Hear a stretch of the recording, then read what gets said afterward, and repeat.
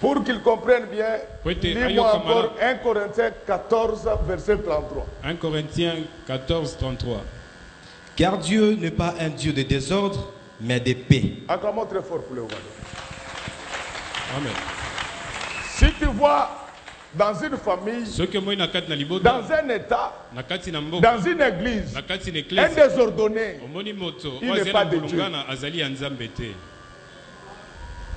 Les maladies qu'il y a aujourd'hui à l'église, ce ne sont pas les démons. Les enfants de Dieu mangent n'importe comment. Ils boivent n'importe comment.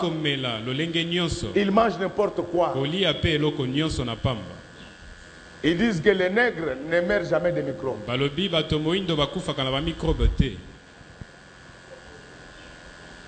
Alléluia. Amen.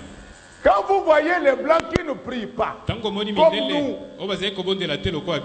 jusqu'à 85 ans, ils sont en bonne santé parce qu'il y a de l'ordre dans leur vie. Un enfant de Dieu, il sait quand parler, il sait quand se taire, il sait quand travailler, il sait quand se reposer, il sait quand prier, il sait quand gêner.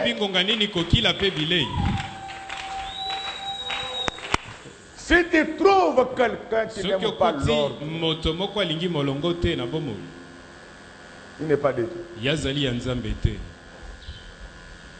Je voulais savoir s'il y a aussi de l'ordre dans ta maison.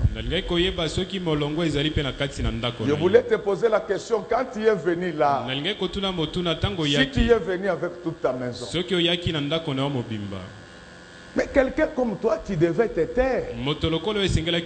Tu n'as pas encore réussi à convertir ta propre maison. Comment tu veux gérer l'église? Les apôtres, pour servir Dieu, ils ont effectué leur stage à Jérusalem, dans le pays des hommes normaux. Quand tu échoues pendant le stage, on ne peut pas te recruter. C'est pourquoi la Bible dit que les serviteurs de Dieu doivent avoir la maîtrise de sa propre maison. Alléluia. Amen. Mais tu devais te taire. Au lieu de critiquer les prêtres catholiques. L'ordre. Molongo. Est-ce que vous avez déjà vu un savant devenir fou? C'est seulement au Congo ici. Où vous trouvez à la veille de l'examen d'État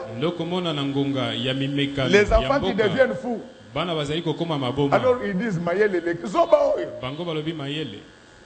Il écrit le verbe je suis sans S à la fin. Comment il peut devenir? Il est devenu fou de son imbécilité. Les savants ont le temps de faire des recherches. Ils ont le temps de se divertir.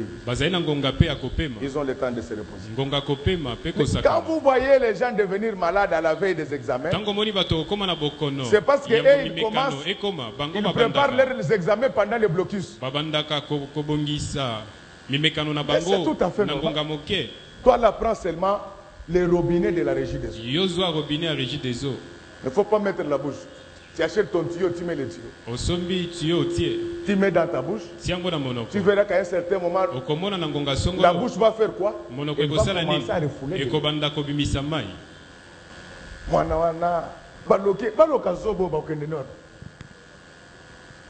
C'est lui-même qui n'a pas d'ordre. Quand vous devez étudier, vous devez savoir que pendant la journée, si pendant le blocus vous dites que vous étudiez pendant 7 heures, après 7 heures, que tu aies terminé ou pas, et quand on étudie, on note tout ce qu'on ne comprend pas. On posera les questions aux amis au professeur.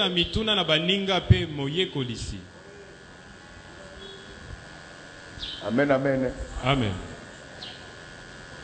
Les églises n'évoluent pas. Les familles n'évoluent pas. Parce qu'ils n'ont pas un appétit d'or. Les papas dorment sans connaître là où se trouvent les enfants. Alors un jour, quand il apprend que la police a pris son enfant parmi les Kuluna, diable a ça, ce n'est pas le diable. Avant de dormir, si tu avais demandé à ces messieurs d'être dans la chambre, la police n'allait pas venir là-bas. Tu ne dois pas laisser ton fils se promener avec les voyous. Tu ne dois pas laisser ta fille se promener avec les pites. Le péché a de la contagion. Vous savez, les échanges qu'on a dans la vie nous conditionnent. C'est ainsi que s'il est vrai que le monde est fait de faits sociaux, chacun de nous réagit devant le fait social selon le monde social d'où il est issu.